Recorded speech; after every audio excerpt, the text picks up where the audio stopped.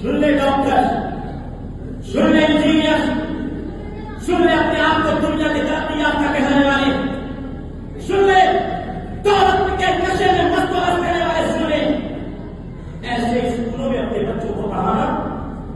जहां तेरा बच्चा बालिग होने के बाद जुमा छोड़े,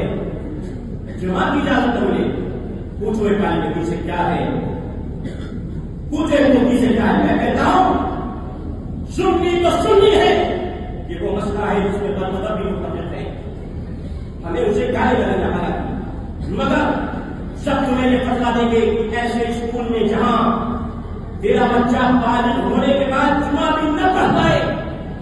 हराम बिल्कुल वादे इस्लाम का फैसला है, खुला फतवा है, आपको परवाह नहीं, एक दिन का क्लास लगाना नहीं हुआ, आप लीक करके बाज़ाब्ता दीजिए।